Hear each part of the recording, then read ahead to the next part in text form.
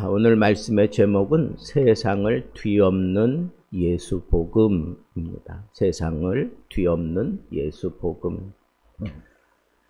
복음을 방해하는 그런 일들이 계속 바울과 실라 앞에 일어나고 있는 이 제2차 전도 여행 때에는 복음이 증거되는 곳마다 이런 큰 소동들이 일어나고 있는 것을 보게 됩니다. 그래서 참 복음 전하는 게 힘들고 어렵구나 하는 것을 느낌과 동시에 이걸 살짝 돌리면 이런 표현도 됩니다. 복음의 능력이 이제는 세상을 정복해 가고 있구나. 복음에 대해서 세상이 이제는 반응을 보이는 그런 시기가 도래했구나 하는 것도 우리가 느낄 수 있습니다. 오늘 본문을 읽으면서 저는 제일 먼저 들었던 것이 이거예요. 복음이 증거되는 곳에 이렇게 방해가 계속해서 점점 거세게 일어나고 있구나. 그러나 복음은 절대로 멈출 수 없는 거구나 라고 하는 그런 깨달음이 제일 먼저 들었습니다. 프랑스의 유명한 철학자 볼테르라고 하는 사람이 있습니다. 이 사람은 나는 성경이 사라지는 날을 볼 것이다 라고 그렇게 선언을 하고 자기의 자택을 성경의 무용함을 증명할 수 있는 그런 책들로 가득 채우는 게 그게 그 볼테르의 삶 목적이고 그냥 온통 그것만 위해서 살았어요.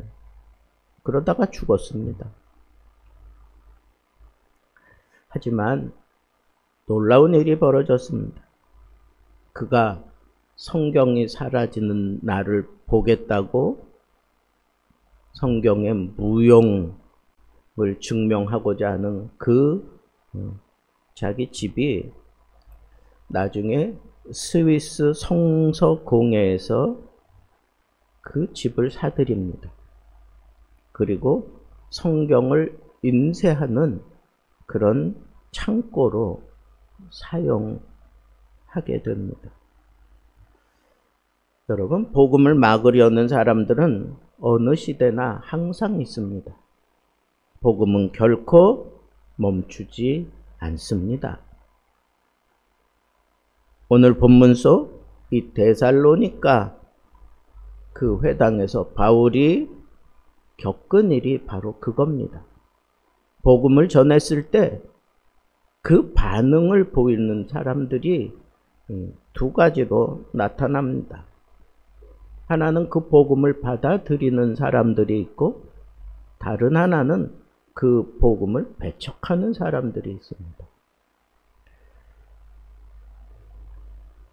바울은 가는 곳곳마다 제일 먼저 찾아갔던 것이 이 회당이에요. 유대인들의 회당.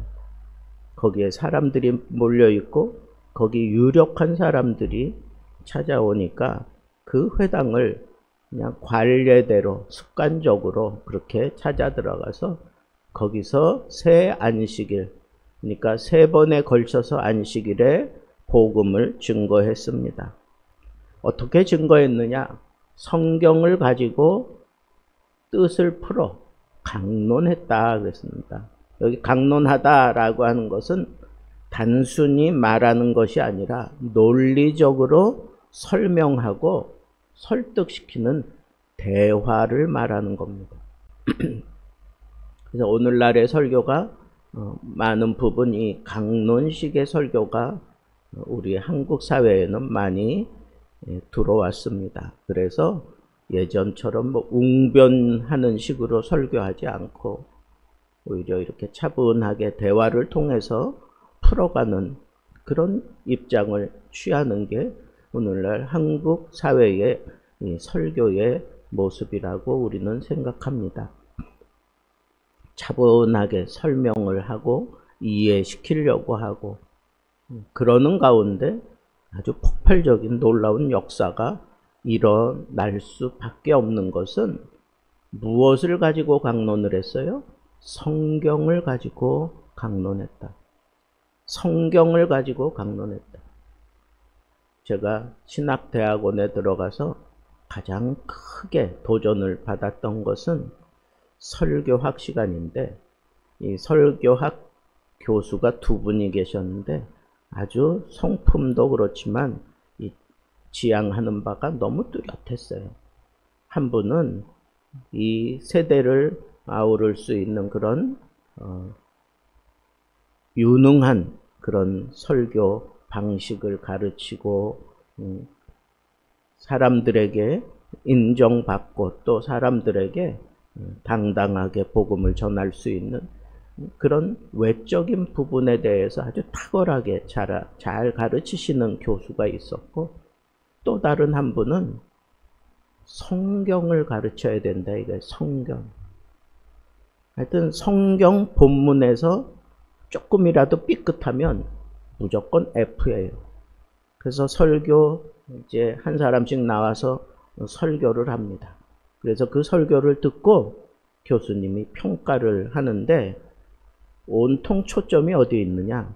성경을 어떻게 풀었느냐? 성경을 가지고 어떻게 설교했느냐? 이분은 예화 이런 것도 정예화를 쓰려면 성경에서 그 예화를 가지고 와서 성경을 성경으로 풀어라 이거예요. 그러니까 설교 시간에 무조건 성경만 어필될 수 있도록, 그러려니까 이 성경을 집중적으로 연구해야 되죠. 이분은 아침에 일어나서 하나님의 말씀을 증거하고 난 이후에 새벽 예배 끝나고 잠시 이제 건강 관리를 위해서 탁구를 칩니다. 그리고 난 이후에 이 교수님은 하루에 4시간씩 꼬박꼬박 성경을 읽는 거예요. 하루에 4시간.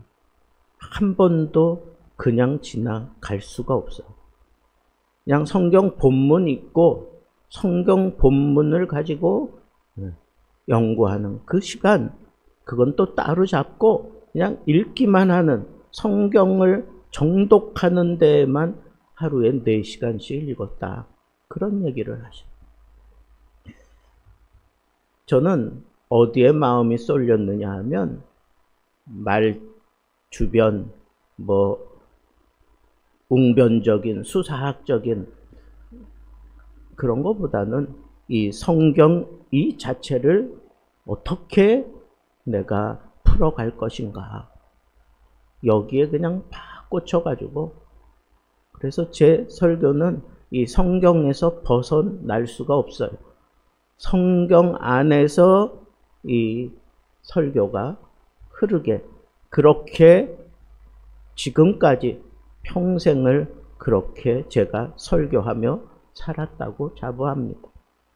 물론 설교 듣는 사람들의 그 수준을 헤아리고 필요하면 예화도 그리고 이해시키려고 하는 차원에서 그렇게 방법을 동원하긴 하지만 결국은 주장하려고 하는 게 뭐예요? 성경 본문의 핵심이에요. 그 핵심을 제대로 증거하기 위해서 듣는 자들을 분석하고 무엇보다도 성경 그 자체를 전하려고 하는데 한평생을 저는 꽂혀서 살아왔다고 해도 과언이 아닙니다. 강론이라는 게 바로 그거예요. 성경 하나만 딱 들고 그냥 풀어가는 거예요. 성경 하나만 들고 풀어가는 거예요.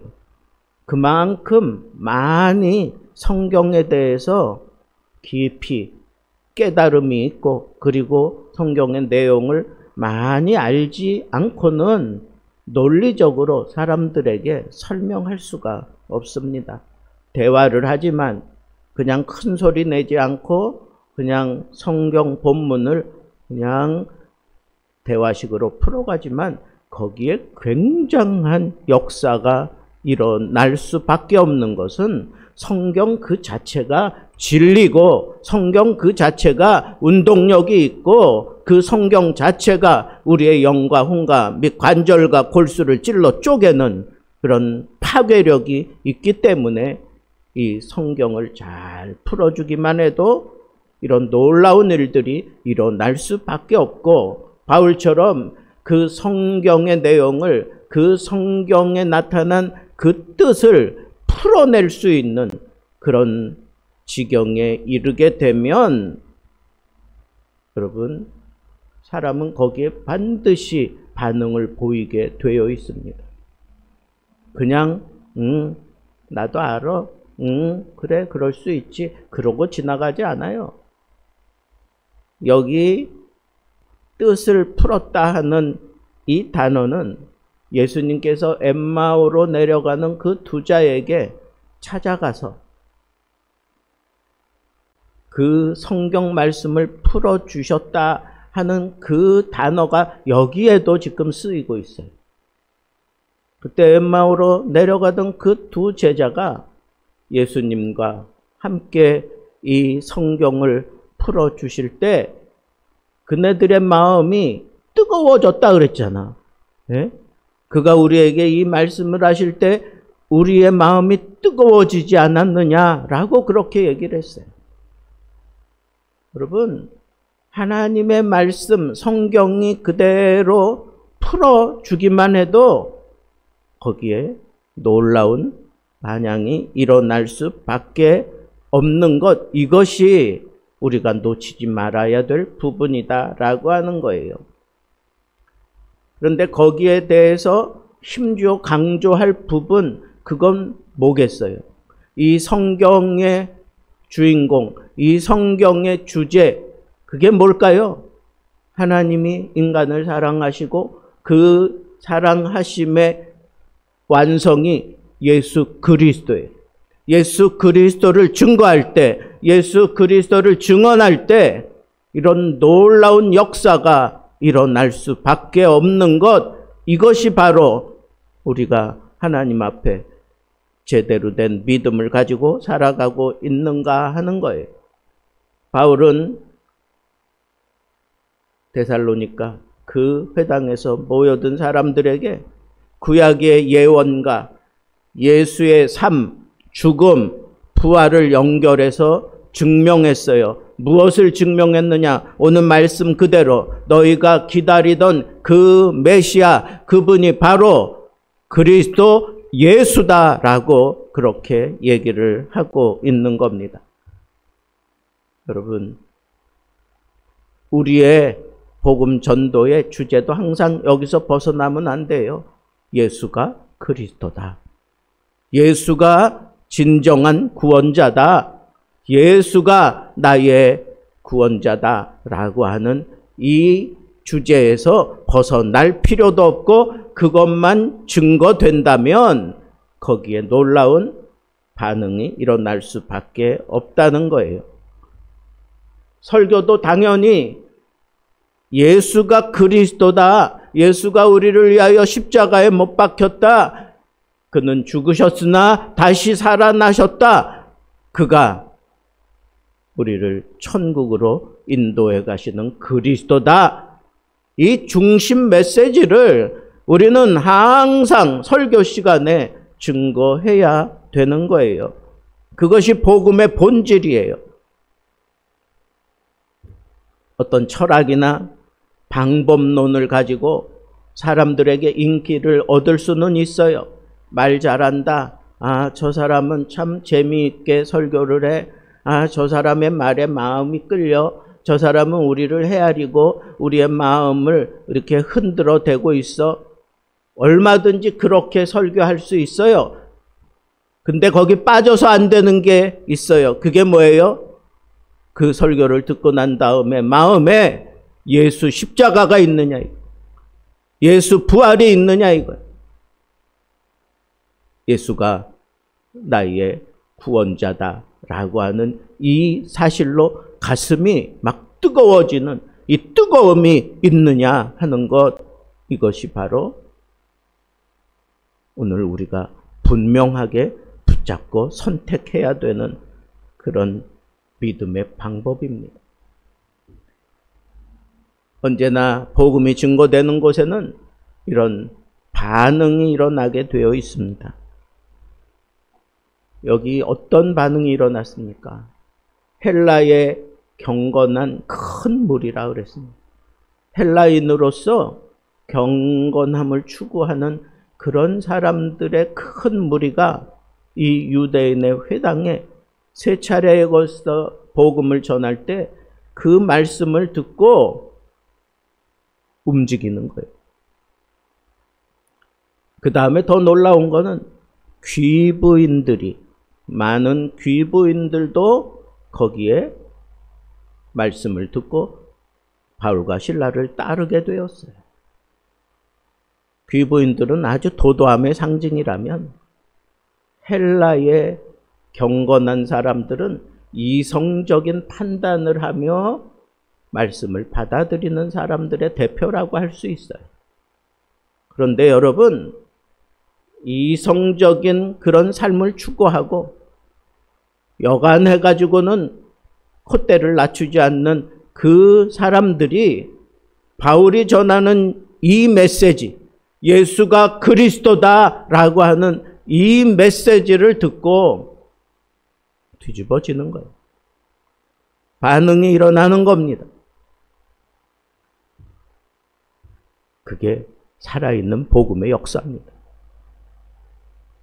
저 사람은 아무리 얘기해도 복음 안 받아들일 것 같아. 저 도도한 사람이, 저 이성적인 사람이, 저 박사가. 그러나 단순한 예수 십자가, 단순한 부활과 영생, 예수로 말미암아 우리에게 주어진 십자가의 이 복음, 이성적으로 아니면 이치적으로 따져보면서 도저히 받아들이지 않을 것 같은 그런 사람들에게 단순하게 복음을 전할 때 오히려 그런 사람들이 무너지는 거예요. 저희 어머니는 예전에 소학교 출신이에요. 오늘날로 얘기하면 초등학교 정도. 근데 저희 아버지가 한약방을 하면서 단골 손님들 가운데에는 꽤 유명한 분들이 있었어요.